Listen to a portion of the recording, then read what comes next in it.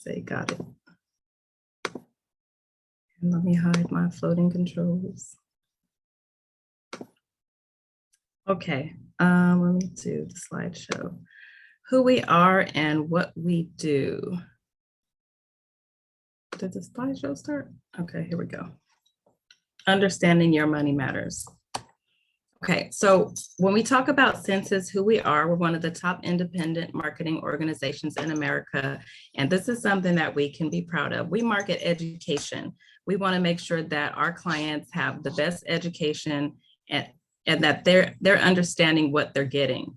This is one of the things that helps us to have our high retention with our clients and not people feeling like they have a bill and saying if something comes up, oh, I can't pay this bill. It's because they're educated and they understand what they have. We connect people with many of America's leading financial providers. And we're driven by a mission. We have a mission. Our office has a Project 1000 mission, and the company has a Project 10,000 mission. And this is connects to a lot of people's hearts. So when we talk about having a mission, there's a lot of people that want to be involved in a mission. So they want to be involved just for the mission in whatever way that they can. So we help them make financial decisions that are right for them and their family. And we help them understand that they are making the decision, that the decision is ultimately theirs. So we're giving them the tools, we're giving them the information, we're giving them the education, but ultimately we want them to feel like, and they are making the financial decision that's right for them and their family. And we're a company that works with many different backgrounds to help families. So we have, this company is not just simply for one type of person. And this is on two aspects. So us as agents, my background is as a longshoreman. First of all, yeah, I'm a longshoreman. I was a longshoreman for 23 years. And I am transitioning from that into this full time. My sister, she works at Kaiser in labor and delivery. My mentor and my DFD, Elaine Reedus, out of the Oakland office, she was a deputy sheriff. So this is for everybody. This is not just for anybody. Most of the people that work with us do not have financial backgrounds. Some do, but there's a whole slew of us that do not. So it is for everybody. And then this, what we offer is, and on the other aspect, what we offer is for people from different backgrounds and walks of life to be able to afford something that most of the wealthy people are already doing. So on that aspect, we're helping regular families that we're around every day to get into plans that the wealthy people are doing and protecting themselves and protecting their families and building legacies for their families. So this is for everybody on both aspects. So what we teach 4 steps to financial strength. We have organized financial concepts into 4 steps, and we'll talk about that. We teach basic financial concepts and basic insurance concept. I'd like to say at this time that most of the time when I'm talking to people about these slides, when I sit down, I tell them this is something that you've already heard. We've already heard these things probably most of our lives, you know, all the tips that we're going to give. But when people sit down to hear these things, they're ready to implement some things. They're ready to put some things in place. So they're really going to soak it in and they're really going to try to make it work. Right. So, and then we want to ask them, are they going to be ready? According to Social Security, I'm sorry, I have dogs, guys. And if people are outside, they bark. I apologize for that. According to the Social Security Administration, 68 out of 100 people over 65 years of age have incomes of 30,000 or less. So we need a personal savings. So can we rely on Social Security? They tell us that, well, we used to get statements in the mail, but I think they're cutting back on paper and spending. So now we just get to look it up for ourselves. Excuse me, without changes, current payroll taxes collected may not be enough to timely pay all scheduled benefits in full by 2035. So can we rely on Social Security? Everybody doesn't have pensions like they used to. So pensions are kind of a thing of the past. People do still have them, but pensions are not even fully safe, because it was a couple of years ago that my sister at Kaiser was telling me that they were trying to take their pensions away from them. So we still don't know if all pensions are safe. So can we really rely on pensions? I don't know, maybe not.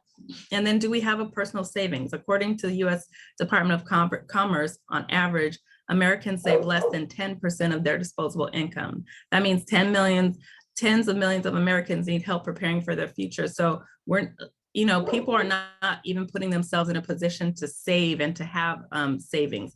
And this is what we need. Who can we rely on? We're our biggest asset, and our ability to work and save is our biggest asset. So we need to make sure that we're ready. And so we need to help our clients understand that they need to be ready and position themselves and anybody around them as best that they can. So we talk about principle of building equity. Only 5% Americans have a plan, while I'll say 4%, because there's always that 1% that everything is good. And so you got the 5%, the 4% that have a plan, and 95% of us either have no plan or the plan is not properly set up. And you'll hear me say that a lot, being properly set up, because we can do these plans, but if they're not properly set up, then we won't get the outcome that we're promising, and they won't get the outcome, or they may have a plan already that has been promised to them or told to them or sold to them, but it's not properly set up. And so they're not ready for what's to come when it's time to need it. And so in our younger years, we'll say at age 25, when we're getting out of the house and building our life and our lifestyle, we should be increasing our assets. And as we get older, we're supposed to be decreasing our liabilities. But somehow, like it says, 95% of us take a curveball in life where something may happen. So I'll give you two stories here. And this is, in the beginning, they tell us to have all these insurances when we get started. You get your house homeowner's insurance, or you're renting, renter's insurance, car insurance, cell phone, all these insurances, but we are our biggest asset again. And if something happens to us and our ability to work and to perform and to pay the money for these things, then that's a problem. And so this is where the living benefits kicks in when we talk about life insurance. So as we're increasing our assets, it's important that we create that foundation for our families and for our clients, have them create those foundations. And so I'll tell you two stories. One of our agents, her father he was the breadwinner, and he made all the money, and he had a business, and they had a lot of things going for them, but unfortunately they didn't have a plan with living benefits in place. So something happened where he fell off the bed and paralyzed himself, and was unfortunately unable to continue to work and produce in the way that he was. And so when that happened, they have to start doing what? They have to start decreasing and selling assets and using their retirement plans, what was supposed to be their retirement. And so I emphasize at this point that our retirement plans are for our retirement. They're for our peace of mind in our time where liabilities are decreasing. They're for us to be, relaxing and everything. But if we don't have something in place to protect that in the event of something happening, like a heart attack or stroke or renal failure, the things that the living benefits cover, then we have to start getting rid of our assets.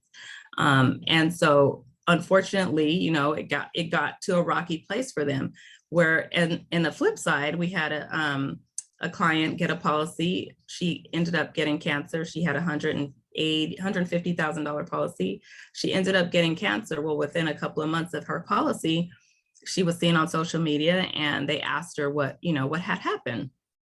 So she said, I ended up getting breast cancer, but I'm so grateful that I have my policy, because without my policy, I don't know what I would have done. She was a teacher. She wasn't making that much money. She was driving Uber or Lyft to make extra money on the weekends. And, she had children. So already she was in a bad place. So this is when we tell people, if they say, I can't really afford it, that's when you need it the most, because if something happens, you're going to really be in trouble. So try to make something work with your clients, even if it's just, we have to get a term for them until they can get something different, or until they are in a better place where they can afford more. So she did end up they offered her $81,000 from her death benefit. And she only took 30 or 31,000. That helped her to pay off her car payment and pay off her bills and take some time and heal herself. And now she's better. Her hair has grown back. Everything is good. But that's the difference in having the living benefits, is we're trying to create this proper foundation for everybody. We have to ensure that they are setting it properly. Okay, any questions thus far? And if you, Yes, I have a yeah, question on that. I couldn't read the section where you said only 5% because it's blocked by our cameras. I don't know what so how you to address it. I click can on, only see. click on the black bar where the pictures are and slide it over and you can see what's over there. Or Okay. you Oh, okay. Well, okay. Now I won't have to bother you no more on that. Thank you. you're welcome, that's okay. We all have struggled with that, don't worry. Like, I can't see it, where's everything at? We just slide it over. Okay, and, uh-oh, who, am I writing? Excuse me. So then we talk about inflation.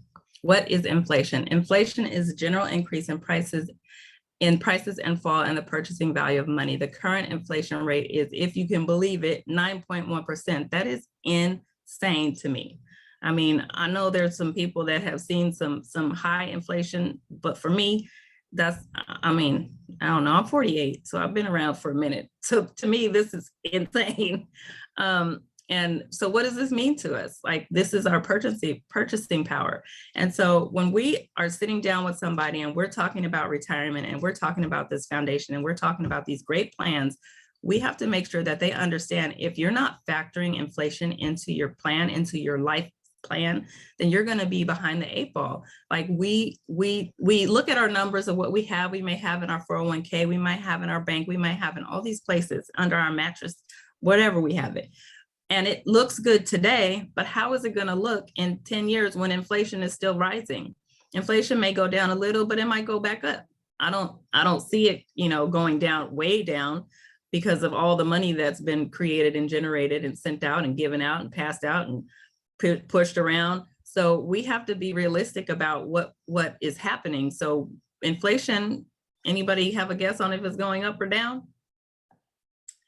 It's probably going to go up. Right. It always goes up. So we have to make sure that when we talk to our clients, they understand that they need to be factoring in inflation when they're creating their plan for their future. Otherwise, they're going to be missing out and struggling when it comes down, 20 years later, and that $1 million that look good today don't look so good in 20 years when inflation is going up at rates of 9%. Right. So, and then, a lot of people just don't think about it. So we have to make sure that our clients understand that portion.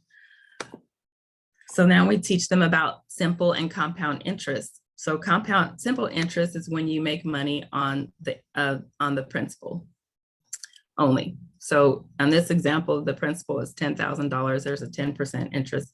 So they're going to make money on the $10,000 at 10%. That's $1,000 every year, right? So 10,000 plus 100 is 1,100. So they got that 1,000 interest. Next time they got that 1,000 interest, 1,000 interest every year. But when you have compound interest and you find an account where you can earn compound interest, so now we know where to find compound interest. They've told us to get, well, some of us have been told, we all haven't been told, but some of us have been told, get an account where you can get compound interest. But then they don't tell us where to go get an account where we can get compound interest. So, okay, so, but then we don't know what we don't know. So it's our job to make sure that our people around us know where to get compound interest. And so this is what compound interest gives you, interest on your principal and your interest. So this is what the difference looks like. You're going to earn your $1,000 on your principal. So you're going to get 11,000. So now you're going to earn it on the interest as well. So you're going to earn that 1,100 from 11,000. And then 10% of that, and then 10% of that is going to be of your 12,100. You're going to earn the interest, and then you're going to earn 1310. So we're just leaving money on the table because we don't know where to get it. We haven't been told where to get it. We haven't been told how to find it. We just have heard somewhere that we can get accounts with compound interest, but we never knew where to get it. So now we know where to get it. We can get these kind of rates, and we can get compound interest in plans like life insurance. And so after year 50, $60,000, $60,000 and 1.173 million. So for simple interest, after 50 years is 60,000. And after compound interest account at 10%, you'll end up with 1.1 million. So just because we don't know better, we're doing simple interest accounts, but now we know better. So we teach people that here's another option. And then again, we let them feel like they're making the decision for themselves, because when they feel confident that they've made the decision, then they want to go with, you know, what they know, because now they know. So, and then we talk about the number of years to double an investment by dividing 72 by the annual rate of return. So if you have a 4% account, you divide that into 72, it's going to tell you that your money is double every 18 years. Versus an 8% account, your money's going to double every 9 years. And it says it's not how much money you have, it's about the information you learn and how you apply it. So when your money is doubling every 8 years versus every 9 years versus every 18 years, look at the difference. And again, it's simply because we don't know where to get these kind of rates and where to put our money where we can earn this kind of interest and compound interest. So now we know and we share. I couldn't, when I started this business, I couldn't imagine knowing this information and not sharing it with everybody I know. And when it comes to compound interest, time is the part that wins, right? So this example shows Jill had an account, she started investing $500 a month at age 19, all the way until she was 30 and she stopped. Mark started at age 30, but her money was still compounding in here, right? And so by the end, Mark's still investing 40, 54. Mark's still investing at 65. Now at the end of this, Jill has 1.7 million and Mark has 1.129, but her money had so much time to compound and to grow versus his money. He still did good, but her money just sat. She didn't pay anything since she was 30, but look at the compounding. Look what it did for her, 1.7 million. So we have to show people that the difference and how this works so that they can understand and see the value of compound interest and time. You know, when we have the clients that say they want to wait, oh, you know, I'm not ready, but time is of the essence. How much time do you have? So this is the best part of the compounding interest is the time. When we let it sit, it grows more and it compounds better and bigger, right? Compound interest also can work against you if you have a $3,000 credit card balance at a 19% annual interest rate and you only pay required minimum balances of 2%. Like this can go bad, and it could go bad quickly. A lot of people have experienced that. I know I have. You know, how long will it take to pay off the credit card? At least 30 years, over 720 payments. And then how much are you going to end up paying in interest? More than 8,500 in interest charges alone. And you had a $3,000 credit card balance. So we also help them understand that, you know, paying effectively, and if you pay your credit cards off at the end of the month, you don't have these balances to carry over. And do the best that they can. And then, you know, sometimes they don't understand that they can, you know, how to pay off. So we help them with everything that we can. So they may not understand how they can, you know, pay less on this card and pay one off and then pay less on, you know, pay the minimums on some and then pay off one because you're paying for 12 cards. Well, if you pay minimums on 11 of them and you put one chunk on the 12th one, you might be able to wipe that one off. Now you're down to 10 cards. So we have to teach them also those things sometimes, whatever is best for their financial foundation. Also the timing of taxes, tax now, tax later, and tax advantage, helping you understand that. Each year you pay income tax on earnings, any earnings you receive, and tax later is earnings accumulated, tax deferred. You pay tax when you withdraw your money. So no tax on the seed, but tax on the harvest. And then tax advantage is accumulated, earnings accumulate tax deferred and may be income tax free and penalty free if set up properly. That's very important that you let your clients know if set up properly. You know, and people will say, oh, I have a plan already. That's another reason why we do reviews, because they may have a plan already, but I have a client that had a plan already and he was happy with his plan. But when he let me review his plan, by 80, his policy was going to lapse. And so, you know, it's important that we offer policy reviews, even if they don't, you know, if they have a plan already, I'd be happy to look it over for you and make sure that it's good. And now if it's good, we're going to tell them it's good. You're in a good place, keep this one. But if it's not, we're going to say we can help you. And that's business for us. And even if it is good, just the good nature of offering that service to them might help them refer somebody to you. Again, so understanding tax now, tax later, and tax advantage. We don't want to say that any of these things are bad, right? Because, you know, we need kind of all three of them. If your company is going to match you with your 401k or one of those plans, then take the free money. But anything more than that, you might want to put into tax advantage. Tax now we need for liquidity, right? We need to have our savings in there so we can get to our emergency fund just in case. And we need liquidity, groceries, gas, all the things. But tax later, again, if they're going to match you, take the match. But money is going to be at risk. And what if you're ready to retire and your money is at risk and something like the 2008 crash happens? That's not good. We're in trouble. Now we got to go back to work. We don't want our clients to plan that way. So we want to help them understand. And sometimes it's unfortunate we have to do I told you so, but but we prefer not to. So we want to try to help them better understand, you know, what we're actually dealing with. And then we talk about the tax advantage and where they can put their money for that tax advantage. So why should we diversify our portfolio? Grandpa A and Grandpa B. Grandpa A, let's go through the whole thing, open up. I like to open up all the slides so we can look while we're talking. Okay, so Grandpa A has a 401k, 2,500, Social Security, 2,500, rental property, he's making money every month, yay. But like we're making money that's gonna be taxed.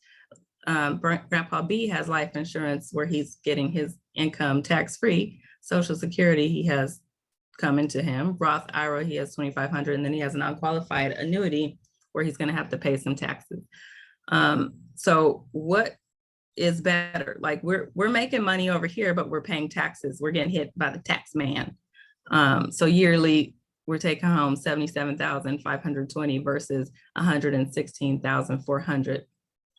So it's a matter of where you put your money. So 401ks, rental properties, those are great things. We're not saying that they're not, but we are going to be looking at taxes for these items.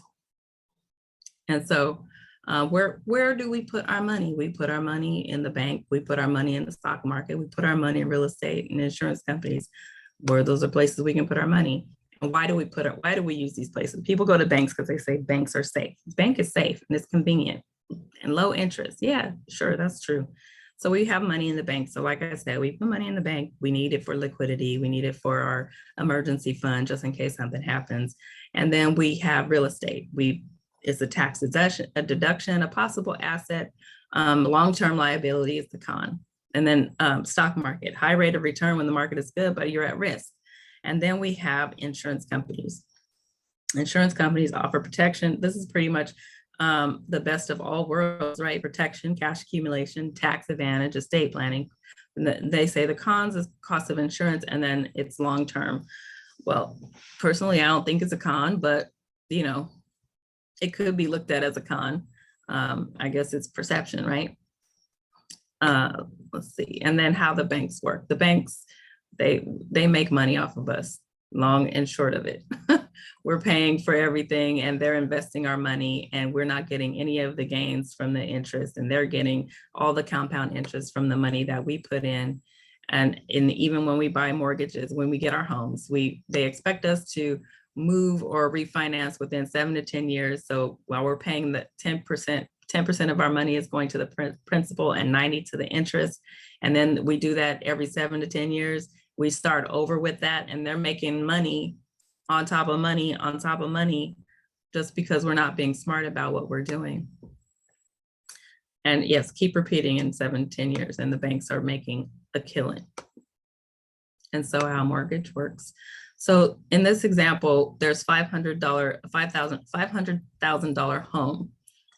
Mr. Red gets $500,000 home. Mr. Blue gets $500,000 home. And then we want to talk about what we're doing with our investment money or extra monies that we may have, right? So we have Mr. Red wants to add 200,000 to go into his home. So he's going to put 700,000. Mr. Blue is going to take his 200,000 extra that he has and put it in an investment. And so who's going to be earning here? And so say the market goes down.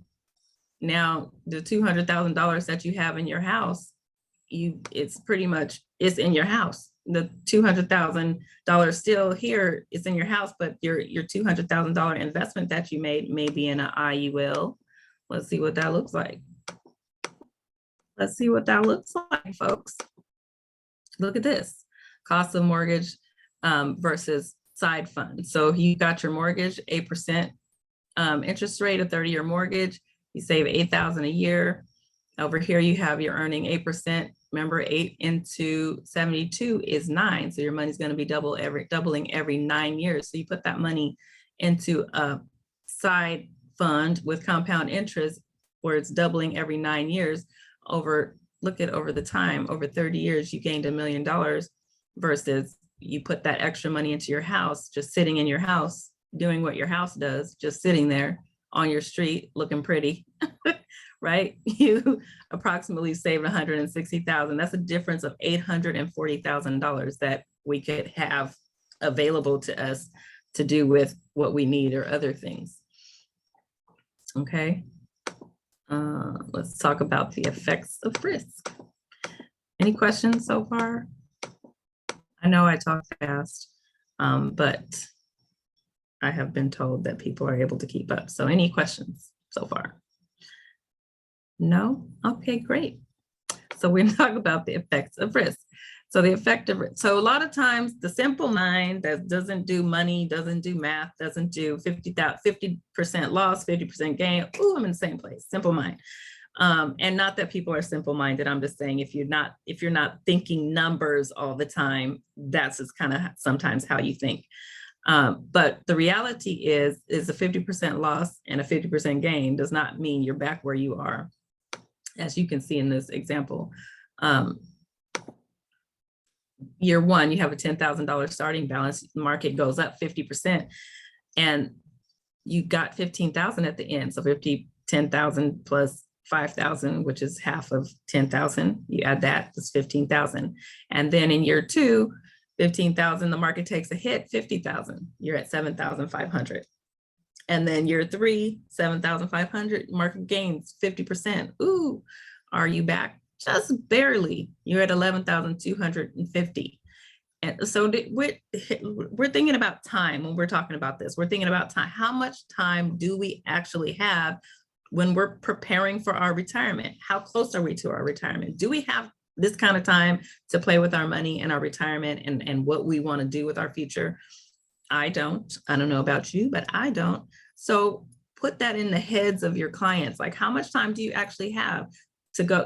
People do want to play the market. People do want to be a little bit risky, but okay, be a little bit risky, but put something else in a safe solution. Don't be risking everything, because how much time do you really have to fix it if something goes bad, right? So we have to put that in their head. So, after the fourth year, 11,250, the market goes down 50%. You're now at 5,625. You worse than where you started, and it's 4 years later. How much time do we have to play with our money when we're talking about our future, right? So, the different kinds of accounts: fixed interest, variable interest, and indexed interest. The pros to fixed interest is safe. The cons is inflation. You're not making no money. You're not outpacing inflation. You flatline, right? And then variable interest, there's a high rate of return. You could get a high rate of return, but the cons is risk. No limit on percentage, high risk. But we do safe money solutions. We don't do stuff over here. I don't do. And then index interest, and high return. And the cons is limited. So there's a cap on the percentage that you can make. You get a minimum guaranteed. But however, the cap, though there's a cap, and it may sound crazy, it still outdoes the performance of like the S&P and that, because we never take any of the losses. We stay here in this green, we're getting some gains. The losses, there's a floor of 0, so we're not losing. And I think some of them even might have like a 1% or 0.01% or something like that. So we're never losing here. So that's important that, you know, they understand that there are plans out there where you can still capture the market gains up to 1% and then never have any losses, which is what we need, and what you know, they may not know they want until they understand it, right? We help them understand it. So here's an example of how it works. The variable goes up and down the market. And like I said, if you're ready to retire in 2003 and this happens, now what are you gonna do? Because your 100,000 that you had in there went up to 120. Now you at 73,000. That's terrible. What are you gonna do? You can't retire, right? And then here's the fix. It's going slow and steady. It is growing slow and steady, but look at how much the difference of the gains you can make if you're in an index, right? And so when we share this with them and we help them understand that this is an option for them, because we did not know that this was an option for us, most of us, then of course it looks wonderful, because you can get the gains and not take any hits or losses. Then that's great. So we want them to understand that this is an option for them. So then we talk about creating financial strength. So this is again what I was saying, how we've heard these things before. Don't spend more than you make, manage your debt, create emergency fund, right? Emergency fund, 3 to 6 months. At this point, if you can get 6 months to a year as an emergency fund, that would be kind of perfect right now. Because like, imagine if people had emergency funds when COVID happened, they wouldn't have been in all the financial strife that, you know, that they were in. And set financial goals. We want to tell people, set attainable financial goals. Everybody wants $1 million in the bank, but if you're not a saver to begin with, I'm not going to suggest to you, let's reach for $1 million. I'm going to suggest to you, let's start with $500. And when we hit $500 a couple of times, we're going to bump that up to, you know, 1,000. When we hit that, we're going to bump that up. So what I've read before is that when we do things like set goals that are unattainable, when we don't hit those goals, we sabotage ourselves and we say, I'm going to go do something like, I don't know, retail therapy. Now, what are we doing? We're spending the money that we was trying to get to that place that we didn't get to. And now we're disappointed in ourselves. So we're about to go spend money. We're about to go kill our financial goal. So set attainable financial goals. So make sure that we're helping our clients to be realistic about what they're doing. You're not a saver. We're not starting out ginormous. We're going to start out very simple and take baby steps to get to where we need to be. We talk about protecting our income and your family. And we do that through the PFC. We want to make sure that we get this PFC in. The PFC is going to tell us what the client has available to spend. You know, we're going to take their money in, we're going to take their money out. And one of the things that we do with the PFC, we don't want to underserve our client, nor do we want to overserve our client, right? We don't want to say, if the client says, well, I want to pay $200 a month. Well, they got $1 million home, they got, you know, 3 cars, they got 2 kids. That's not going to work for you. You know, we're not going to say it in that way, but we're going to show them the PFC. We're going to get their money in, we're going to get their money out. We're going to see what they have left over.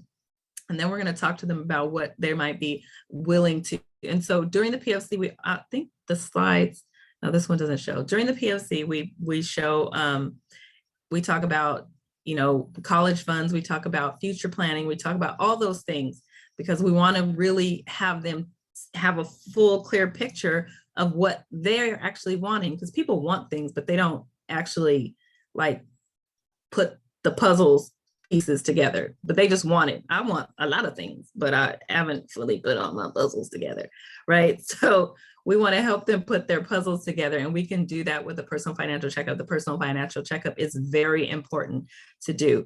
Clients sometimes will tell you they don't need to do a personal financial checkup.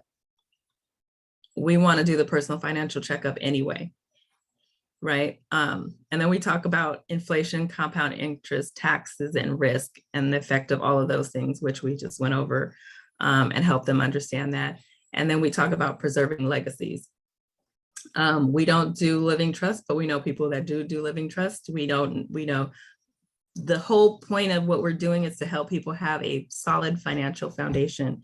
And if we can help them in any way in all of these aspects, then we take our time and we work with our client that way. And the more we do those things, the steps that we take, the more comfortable they are, and the more they're likely to send you a referral, the more likely they are to, be happy about what you've done for them and help them understand and, be ready to share your information, right? So the personal financial checkup is huge. So here it is. What is a personal financial checkup? It's a process used to identify financial needs and goals to help families make more informed decisions about their finances. PFCs are no cost, no obligation meetings between individuals and licensed associates. And then also during a PFC, associates meet with individuals, families, or business owners to explain fundamental financial principles in understandable language. Associates put together a summary of your overall financial health by listening to you about your current situation. And so we're not pressuring anybody. We're not forcing them to do a PFC. We don't want to make anybody uncomfortable. As best we can to get them to do the PFC, we want we want them to do the PFC. Karen, stop writing on my screen. We want them to do the PFC if they will do the PFC. So as best we can, we want to get the PFC done. But again, we're not pressuring anybody. We're not making anybody feel uncomfortable. That is not what we're here for. We want them to have something solid for themselves and their family. And so that is the ultimate goal. And the ultimate goal too is to make sure that they're fully rounded with whatever we have to offer. We want to make sure that they're comfortable with all of those things. Okay. And then call to action, the PFC. We need to do a PFC. Oh, that's the end of the slideshow. Anybody have questions? Because I feel like I breezed through that really fast. Let me stop. I've been answering them coming through the chat room. So no, you did great. Okay, thank you. You're good to go. Thank you. Well, thank you so much for your time, ladies and gentlemen. I hope everything was good for you.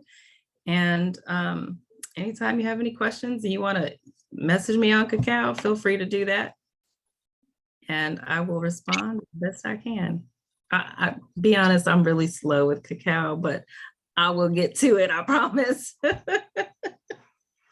Okay, thank you, Melynda. And before everybody jumps off, I need to do a screenshot so that we can post it so that we can check your attendance. So please do not jump off just yet. Let me get the screenshot. Excuse me, I gotta go over to a second screen. Yeah, get your hair right. Hold on, I get it.